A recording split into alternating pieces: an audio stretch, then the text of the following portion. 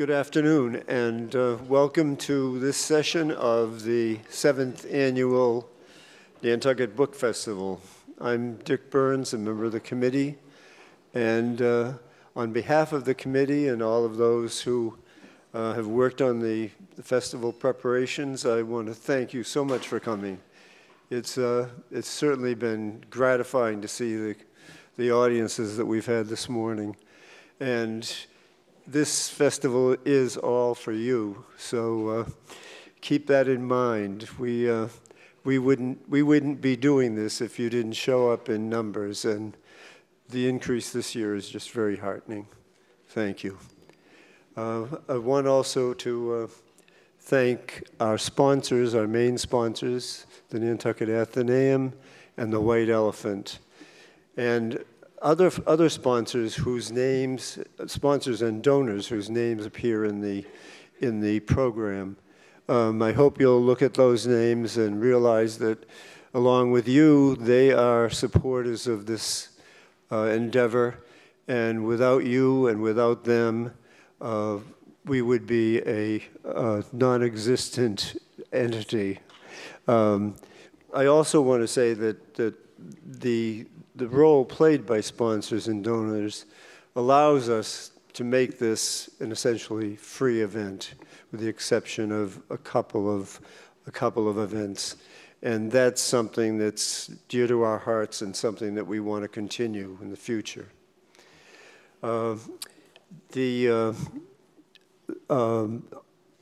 James, after his presentation, will be signing books over here in this alcove. Books are for sale over there. And at this time, if you could turn off your mobile phones, that would be wonderful.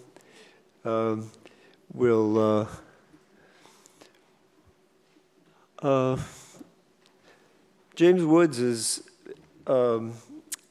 become a household name among book people. He's been one of the foremost critics in the English language for some time now. He's done stints at The Guardian, The New Republic, and currently he's professor of the practice of literary criticism at Harvard and a frequent contributor to The New Yorker and other publications. He's primarily a critic, but he has written fiction, and he's here today with his new book, Upstate. It's probable, I think, that there's a coterie of James Woods readers who know him primarily as a critic and are probably approaching this new work on the outlook for his approach to his subject and evidence of the toolkit of fiction writers that he describes so well in How Fiction Works. But if they embark on that mission, they'll soon abandon it a few pages into Upstate, because that book is captivating, and the characters and the settings are really so enriching that you'd be hard pressed to keep looking for bits and pieces of those touches. I'd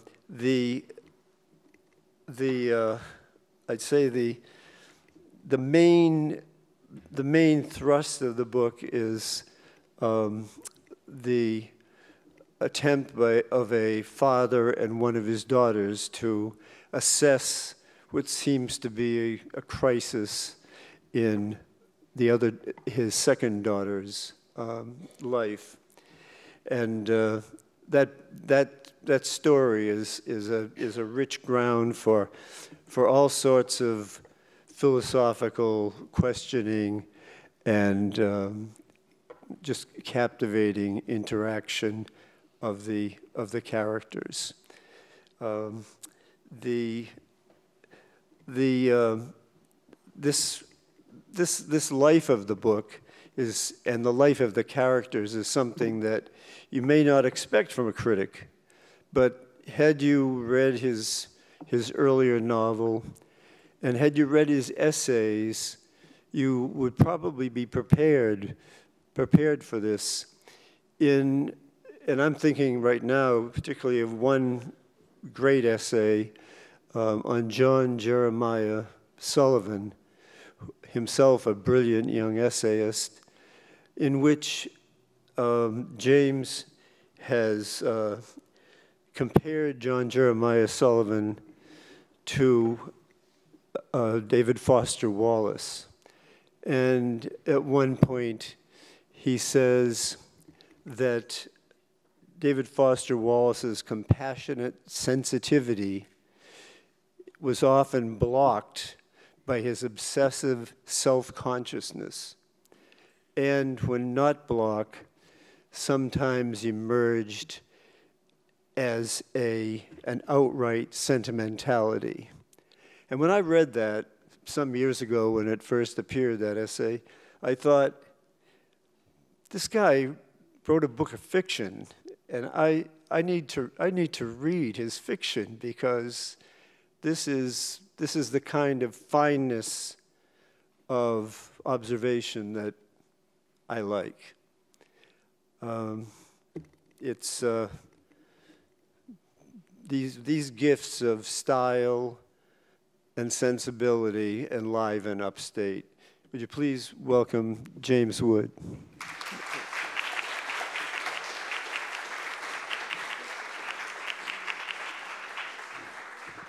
Thank you very much, Dick. That was an extremely warm introduction.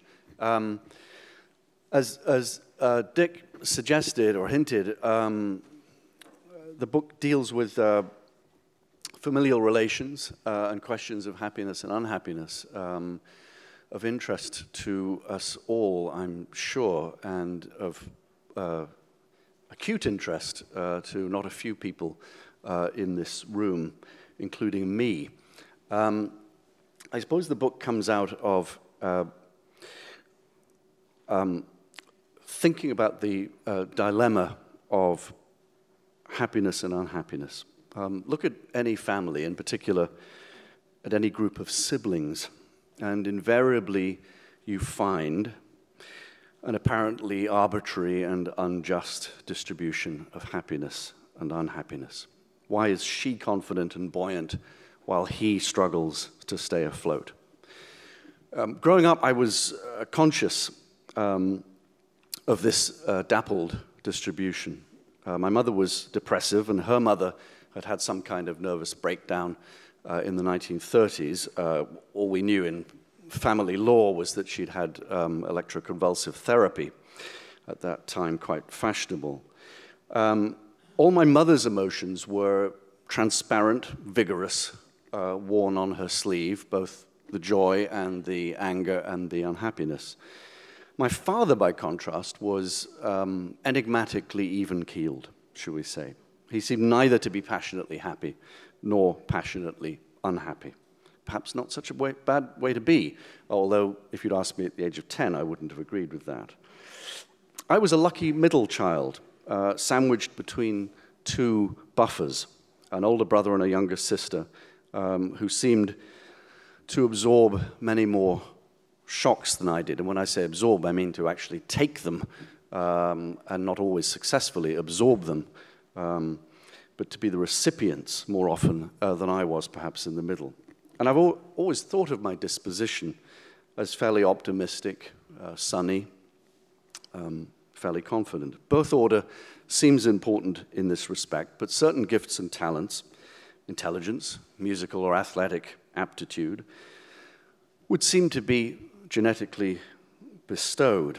By the way, I'm talking in the presence of a rather distinguished expert on these matters, who's written a very important and wonderful book. So I'm trying to tread carefully as a layman. Might this be the case with happiness? It seems difficult to learn happiness, as you might pick up the piano or French. And perhaps I reveal here my rather English distrust of the salvation of therapy. It's a rather terrifying idea, perhaps, but what if we are born with a kind of fixed reservoir of happiness, our allotted quota, which we can do little to affect? These reflections and anxieties become all the more acute, of course, if you're a parent. Perhaps the essence of parenthood is learning how little you can change or control.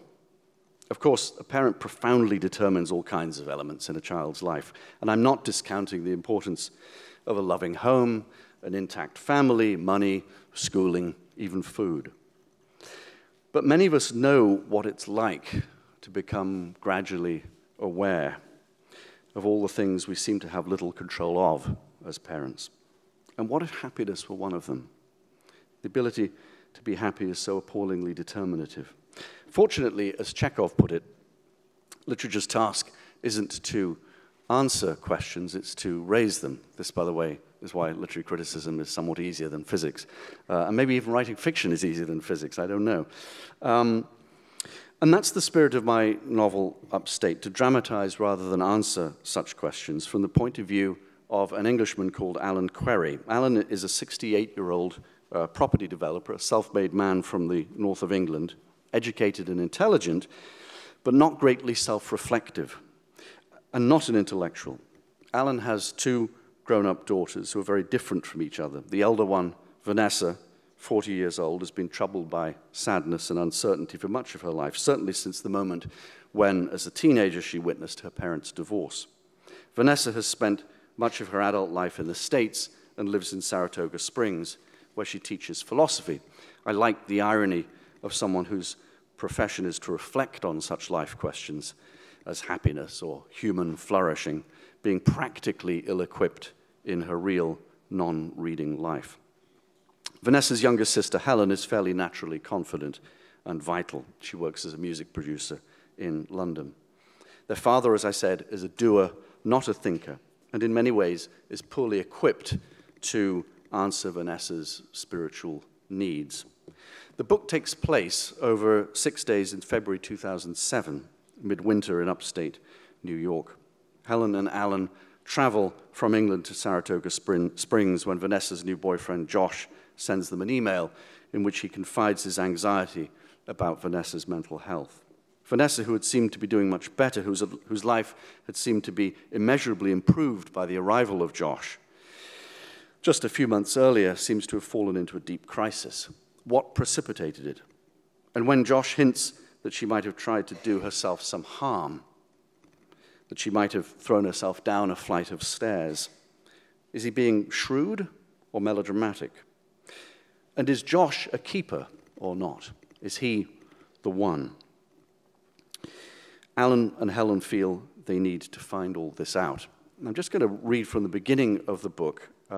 Before they get to America, actually, Alan goes to visit his extremely aged mum, who's in her early 90s, to tell her that he is going to America for a week, where he's been only once before. But in that English way, he can't actually tell his mother why he's going. I mean, he thinks he will, but he ends up not doing so. First, he would have to go and see his mother. He would tell her something about Vanessa, not everything, of course. The home, 6 miles along a favorite road, was a formidable old place with that gray strictness of the north he loved. But now it looked abandoned. Everything was in wintry abeyance. 4 years she'd been living there, and he was still never sure how to announce himself. It was also ridiculously expensive. He could no longer afford it. What did he get for the money? 2 small rooms rather than one, extra space for the dark massing of a lifetime's heavy old furniture. And maybe she got 2 biscuits with her tea on Fridays. He made his way through 2 huffing fire doors, which bottled a weekend's stale yeast. School food. Outside his mother's room, Clarendon, he gathered himself a bit like a clown, pulling up his trousers, dusting down his coat, and entered with a light knock. The television was off, thank goodness. She was asleep in the chintz chair his father had used as the family throne, issuing directives and decrees from behind his newspaper. She was tiny, sunken. Some of her teeth were out. The old music hall joke. Her teeth are like stars, they come out at night. But it was early afternoon, As she breathed, something seemed to catch in her throat. She'd always had a large nose, and now she seemed to be reducing around it, shrinking down to bone, the nose tenacious, final, root-like. She opened her eyes and said with slight affront, "When did you get here, Alan?" As if he'd been spying on her. "Just a second ago." "Fetch me my teeth, by the side of the bed, please, in the glass." She turned away from him to insert the plate. "Now, we need to call for some tea and biscuits. They'll bring it if you ask." As a child in a lower middle-class suburb of Edinburgh, she had made herself unpopular at school by affecting an English or maybe Anglo-Scots pronunciation. Since his dad's death, her accent seemed to have moved up the ranks again by another notch or two. It usually had the effect of making her sound slightly irritable. In truth, these days she sounded like the mistress, but looked more like the servant, short, bent, too modestly or shabbily dressed today. "You don't need to wear this shawl thing, do you?" he said, lifting it over her shoulders. "Certainly not. I just put it on for my nap. Thank you. You look very tired. You know, you can't burn your candle at both ends. A Roman candle, maybe?" He just had his 68th birthday. "How are you?" "All right, I suppose, but this English view isn't my landscape, of course," she added, gesturing at the window with splendid authority. "Well, it's not a bad one," he said, looking at the line of leafless trees and the icy hills. He was paying for that English view. "And we've been over this. You don't want to live with me, you need your independence, though it would be a lot cheaper if you did move in with us." "Absolutely not. I took in your grandmother, as you perfectly well know, and it made my 50s a complete blank. All I did day after day was look after her. I'll never do that to you." In that house, the two women had seemed to detest each other. With stealthy expertise, each made the other immovably depressed. "But you want me to visit, and I want to visit you." He took her hand. "You're no good to me 3 hours away up in Scotland, even though you'd have your own landscape there." He said it gently. The tea arrived, carried by a very red teenage boy. He offered a biscuit to both of them and then left, making sure to take the full plate with him.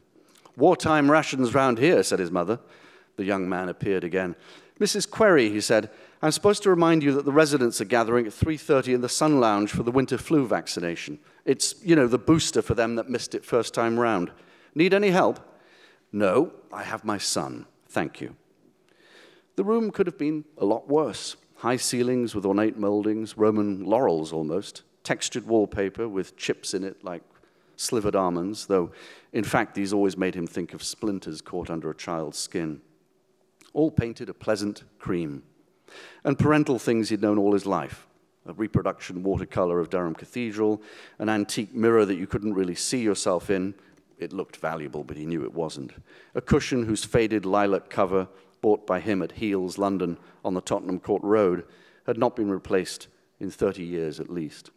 It was all pretty good, or as good as can be when one's whole life has been reduced to souvenirs of selfhood.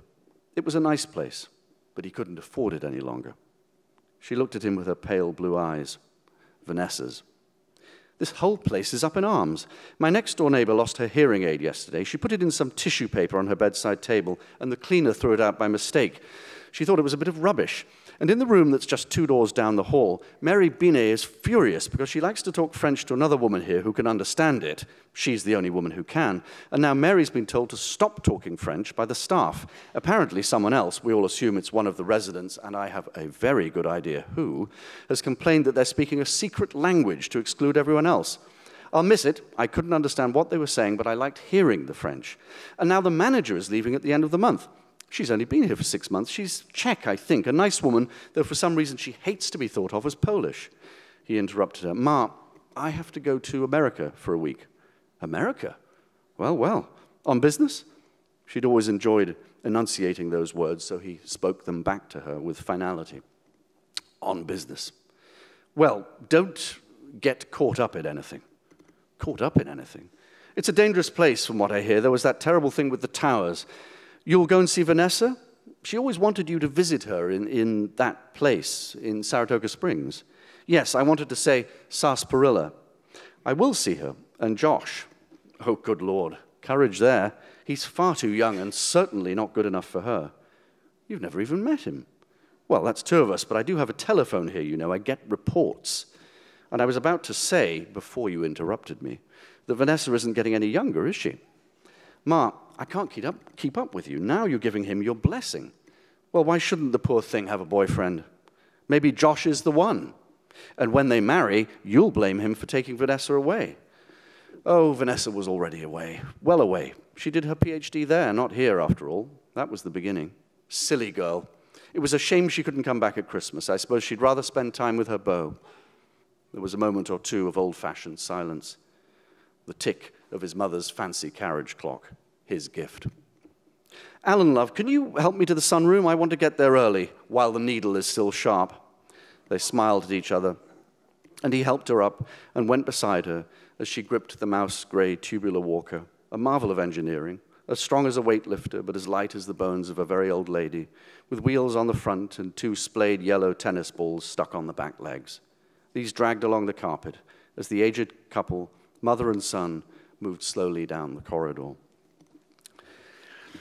So Alan meets his younger daughter, Helen, in New York City, and the two take that wonderful train journey up the Hudson, majestic to all of us, Americans or not, to Albany, and then on to Saratoga Springs to spend a few days with Vanessa. Alan's visit to Saratoga Springs allows me to explore the other subject of the novel, one also close to my heart: how America looks to non-American eyes. I've lived in the States for a long time, since 1995, and I have American children, but I'm still aware of a certain doubleness in my vision, a mild estrangement which can be quite useful for a writer. I was 30 years old when I came here, so I was decisively formed by my Englishness. As I said, Alan briefly visited America 21 years before, but only to New York City. And really, it's all new to him. That train journey up the Hudson, the intense, caustic cold of an American winter, so shocking to those of us from a temperate island. The tribal politics of upstate New York. This is 2007, but it was acute then, of course, even before the Trump era. And certain similarities strike him between the landscape around Saratoga Springs and the landscape he grew up in. He grew up in the north of England, Newcastle and Durham. Durham is a university town with a cathedral in it, surrounded by now defunct coal fields. Newcastle built its prosperity on coal and steel, shipbuilding in particular, and has watched that prosperity disappear. Saratoga Springs, for those of you who know it, is an extremely attractive college town, a former, a college town and a vacation resort, a spa from the 19th century. But if you go 30 miles south of Saratoga Springs, you get to the city of Troy, which is not unlike the city of Newcastle. Massive prosperity in the 19th century built on steel, the biggest city in America in terms of its steel money, and has watched that disappear too. So when Alan starts traveling around a bit, as he does, he actually makes a visit to Troy, he shouldn't be surprised, but he is surprised to find these similarities between his childhood landscape and the one he's visiting in upstate New York. More than that, I wanted to take someone who has complacently rested on a fairly standard issue, reflexive European anti-Americanism, and gradually expose him to an American otherness which at first simply alienates and then intrigues and even delights. I was probably here using my parents as models. They weren't anti-American, probably the opposite, in fact, but they'd never been here when I left in 1995, when I left the UK to come to the States. So I might as well have gone to the moon. I was very aware when I spoke to them on the phone, I was living in Washington, D.C. for the first few years of our life in the States, that I was just really giving them a list of ungrounded names when I gave them my news. Adams Morgan, New Republic, a trip up to Somerville, even a trip to Manhattan. It didn't really mean very much to them. Had they ever actually seen a copy of the New Republic or even a copy of the New Yorker? I don't think so, unless I showed them one. My life only existed for them when I was in their presence, and ideally in their presence back home in the UK. I wanted to explore something similar in my novel. As Alan warms to America, so he gradually warms to the reality of his daughter's American life. Now, here are two short passages that deal with that slow apprehension of Americanness. Here is Alan on the train with Helen as it goes up the Hudson River. When had he last sat next to Helen on a train? No one had that kind of time anymore. And America was peculiar, more foreign than he had expected. It sharpened his senses. What a contradictory place. For every limitation, there was an expansion. For every frustration, an easement. The train was absurd, trundling along at barely 60 miles an hour. And Penn Station was a bloody embarrassment to a great capital city. To a great city, rather. But this journey was extraordinary. It had a pioneer feel. The enormous Hudson with chunks of ice like broken pavement in the water, and the huge, wealthy forests, the valley full of forts and power stations and opportunistic houses glooming on vast icy bluffs, the railway stations more like adventurers' huts than anything in Europe, barely manned outposts without proper platforms and outlandish names, Poughkeepsie, Yonkers, Schenectady. The train high above the ground, the big wheels polishing the rails, and the driver blowing that childishly dissonant horn. Why did he blow it so often? Maybe because he enjoyed it so much. Perhaps that childish harmonica sound, the crushed klaxon peal, reminded him of being a boy again, reminded him of Christmas Day, of blowing a spitty mouth organ fresh from the box. But then at other times, it sounded less like a harmonica than an animal's long cry from the prairie. And that sound, the big, easy loiter of it, was America for him. Though he couldn't say what America was, except that sound. He would, at the very least, see the kind of life Vanessa lived in the States, her American life. I do dearly love American train horns. I guess we all love American train horns, but I get to be slightly alienated from them, right? When I hear one over the reservoir in Cambridge at 1 in the morning, I can at least feel that it is not a native sound, whatever that might be. This morning and last night, the fantastic boat sound from, I don't know what that is, someone will tell me what it is, but it is absolutely magnificent and so long, it's just, I've never heard that in England. It's a beautiful sound. This is a little later in the novel. Alan has taken his daughter's Toyota Prius and has decided to drive around a little bit outside Saratoga Springs to see what's going on outside the town. And since he's in a college town, naturally there are a lot of Toyota Priuses around, which means that he falls in behind another Toyota Prius. Very Cambridge, that. He drove down Broadway. That's the main street in Saratoga Springs, a very handsome, wide main street. He drove down Broadway, past the fabulous Alexandria Hotel, past the fine buildings, and slowly out of town. All the better if he could get off the main road into the fields and back lanes, where the life is. You drive on the bloody right here, he said to himself. Links fahren, tenez la gauche. No, that's Dover coming back from France. A little nervously, he fell behind a line of cars. Another Prius was directly in front of him, bright purple, its rear gummed with stickers, like a student's rucksack. At least the war against global warming is going well. The rapture is not an exit strategy. W stands for war. I'm already against the next war. It was exhausting in the way of Josh's T-shirts, though he was smiling. When the tattooed Prius turned left off the main road, he did the same, slowing down to adjust to the smaller road. He was passing bare, wintry fields and was in farming country, or so it seemed. A church-like barn, silvery silos standing upright like missiles, a quad bike with a trailer. The road had no verge. A foolhardy pedestrian would have to make do with a grassy ditch. But the countryside never stopped being urban. A big modern high school came and went, go Knights. There were petrol stations and some kind of veterans hall, chicken dinner Monday, a beaten-up Ford pickup truck for sale, 92,000 miles, parked in the middle of a vast, clean, snowy front lawn like one of those brutal modern poems, self-consciously surrounded by a lot of white page.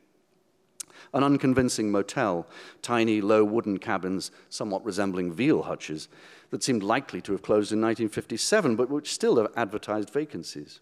A shack whose hanging sign offered geeks help for computer problems, only connect, the business was called.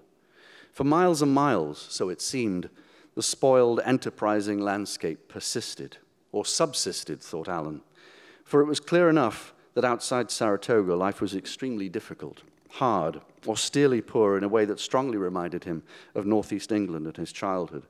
How he and his parents wore everything out to extinction. How he and Mam walked everywhere, those smoky Newcastle streets. Before they moved to Durham and moved up in the world, Mum pretended to the fancy neighbors at the end of the street in the big corner house that they ate meat at least 3 times a week for dinner. The old dirty laundry smell of boiled cabbage. To this day, he refused to eat cabbage, refused to buy it. And yet he liked what he saw here. It was distinct. Everything had sharp outlines. The shock of its difference had its own kind of strong pewter taste. Above all, warming to the reality of Vanessa's American life means coming to terms with the adultness of his daughter. I don't have grown-up children yet. They're 16 and 14. But they're old enough that I'm beginning to ponder the paradox ahead of how my children will remain my children and thus eternally young, while at the same time must become adults and thus importantly not my children anymore, not young, but independent, separate. Alan has always let Vanessa come to him, but when she does this, she reverts, structurally, you might say, to being a child, his child. Now he comes to her, and while he remains her father, he must alter his regard so that she is no longer his child, but an adult. And I'll just close with a single page that I think catches, I hope, some of that. He's at the first dinner in Saratoga Springs with Vanessa, and he's trying to get the measure of her and hearing about her newish boyfriend, Josh. The dinner was proving uneventful, thought Alan. It was wrong to think of it like that, of course. Vanessa had spent a good deal of the evening talking to them about Josh. She had met him 8 months ago at a conference in Boston on technology and consciousness. Vanessa was delivering a paper. Josh was poking around to see if there was something to write a piece about. He was only 33, 7 years younger than her, but had lived a few lives already, according to Vanessa's account. He started and abandoned a PhD at Columbia, taught briefly in a poor Brooklyn high school, wrote an unpublished novel on his mother's old Corona for the beatnik hell of it, and was now figuring out what's next, while earning a decent income, writing pieces about technology and innovation for magazines like Wired and Rolling Stone. To Alan, this sounded like a handful of snipped threads and no pattern. It didn't matter how brilliant he was. Van said that he was the brightest person she'd ever met, if he didn't stick at anything. And Alan had other thoughts. It can't possibly be true about his earning a decent salary from freelance journalism. She's keeping him. As the financial benefactor, Van has the upper hand. But as the younger man, Josh has the upper hand. A bloke who won't stick at a job won't stick at a relationship. And how she loved him. That much was obvious. When Vanessa spoke about Josh, she was shy and alert at once, a beautiful combination. She sat up straight and perched on the edge of her seat and stopped eating. There was a beautiful cherry tree in the garden in Northumberland. In the spring, it shed so much blossom that the air around it seemed to be charged with pink activity. When they were small, the children would climb onto the lower branches and jump off into that rouged carpet. The little kid-glove petals clung to their clothes when they stood up. Each time they jumped, even though he knew it was safe, even though he had been 1,000 times more reckless when he was a boy. Alan and his best friend William used to race their brakeless bikes down Western Hill. He tensed himself, prepared for disaster. Sentimental of him and certainly not very useful. Imagine if his own parents had been as soft and anxious. Still, he wanted that carpet of blossom to stay forever on the grass. He wanted his children only to jump from the lower branches. To see them grow older was to realize that they would only climb higher and higher, and that all he could do was silently watch as they jumped. Thank you.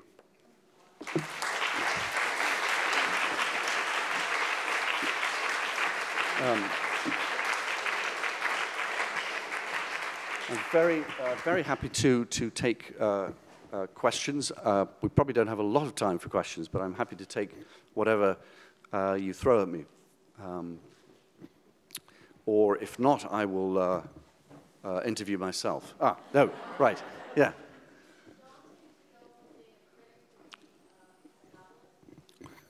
Yes, it is. The question was, is it daunting to go from being a critic to a novelist? In one respect, it isn't, of course, and I'll explain that in a second. It's daunting because, as anyone who does creative writing knows, there's a lot can't be planned. You might know exactly how the book is going to begin and how the book's going to end, as I did. And still, in the nature of things, when a scene is to be described, a good portion of that scene will be something that you haven't yet discovered yet and is discovered in the act of writing. And I think that feels different from writing what I mainly do, which is book reviews, which are temporarily discreet compared to, I mean, remember poor old Henry James would always start a short story and then be surprised that it was, I meant this to be 30 pages, but whoops, I've written, The Portrait of a Lady. It got out of hand, sort of thing. That's in the nature, I think, isn't it, of open-ended writing, temporally open-ended and formally open-ended. Whereas when I write a review, even if it's a sort of 5,000-word piece,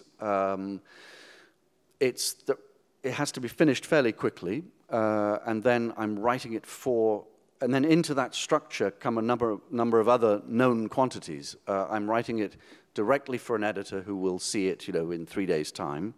I will then get a week later, a proof back, and then a week after that, let's say, it appears in a magazine with a known audience, even, albeit invisible, but a sort of known quantity.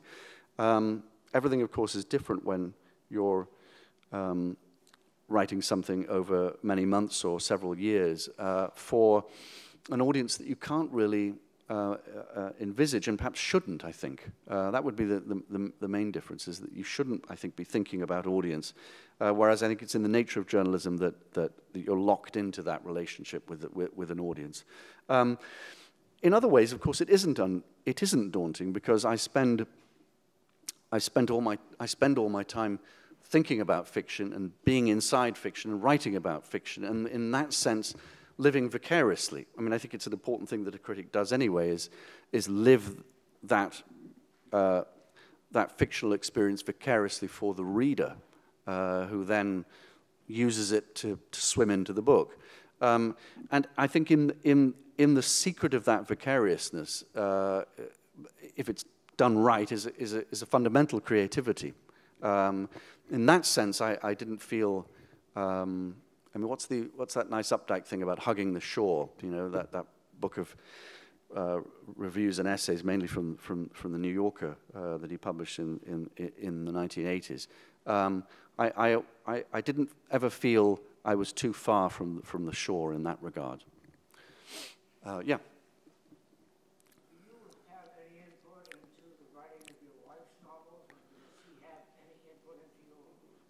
Perfectly good question. I live with a novelist, Claire Massoud, and the question was, do I have a... I like the word input. That would be a little alarming. Though, what sort of effect or input do we have on each other's writing? Well, the important thing is, and here's where it's... I don't think it's an unalloyed happiness or efficiency necessarily to have two writers living together in the same house. There can be certain elements of competition, elements of distribution of time. I mean, those of you who write books will know that it's a little different from necessarily from going out to do a job.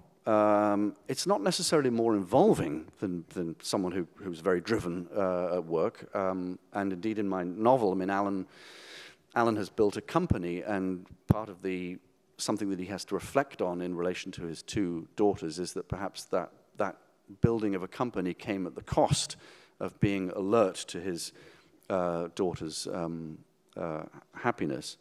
But still, writing a book is a somewhat how shall it's very involving, and the ego swells, rather, should we say. It can be somewhat narcissistic activity. You come down from the study or in from the office or wherever and all you want to do is talk about what you're doing. And that can be problematic if the other person also wants to talk to you about what she's doing, right? And enough about your novel. What about mine?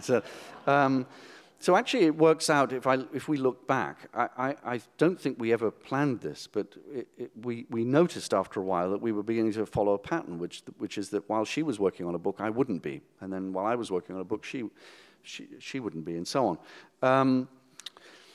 But in terms of input, we do read each other's work, and she was very helpful to me when I got to the end of this book, because she brought a writer's eye to it and noticed certain narrative strands that she felt I'd lopped off too soon and that needed to be dragged right out to the end, particularly because it's quite a short novel and has, in some ways, the form of a short story, and therefore form is important. So she was very helpful to me, yeah.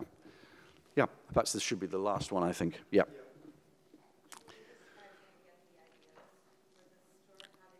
Sure.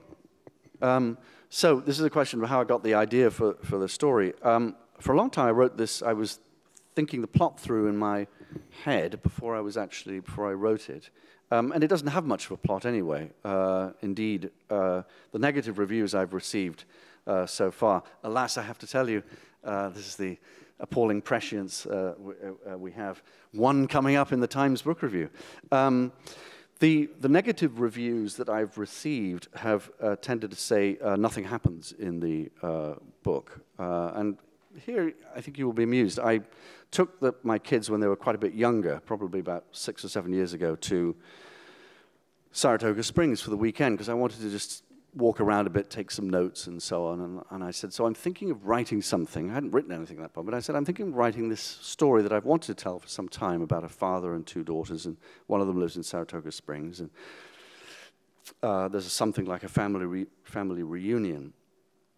And I said, I know exactly what will happen up to the point that they get together in Saratoga Springs, but there it gets a little vague.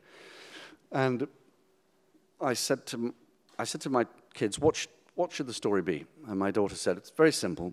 Alan should get very sick and die.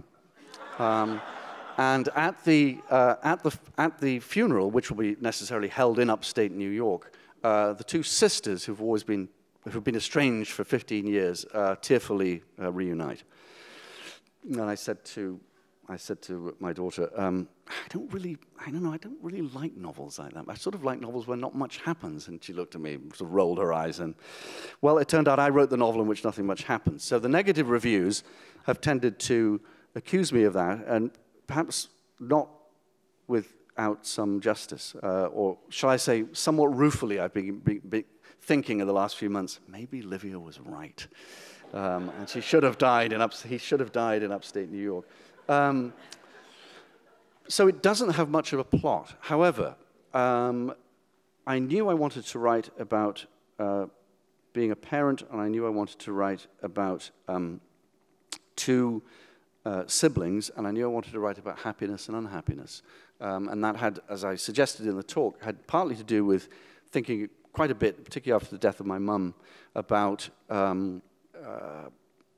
such things in the family I grew up in. And it also had to do with being a father and actually seeing the aforementioned daughter at a certain point in her life when she was about 12 go through a number of crises that I'm happy to say she's come through. But at the time, those of you with this sort of experience will know it hits you very hard, and you begin to think about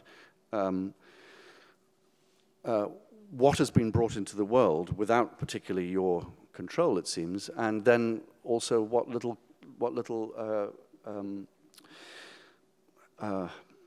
effect one can have, despite all the best intentions as a parent, when it comes to something as mysterious as happiness or just equilibrium. Well, thank you very much indeed.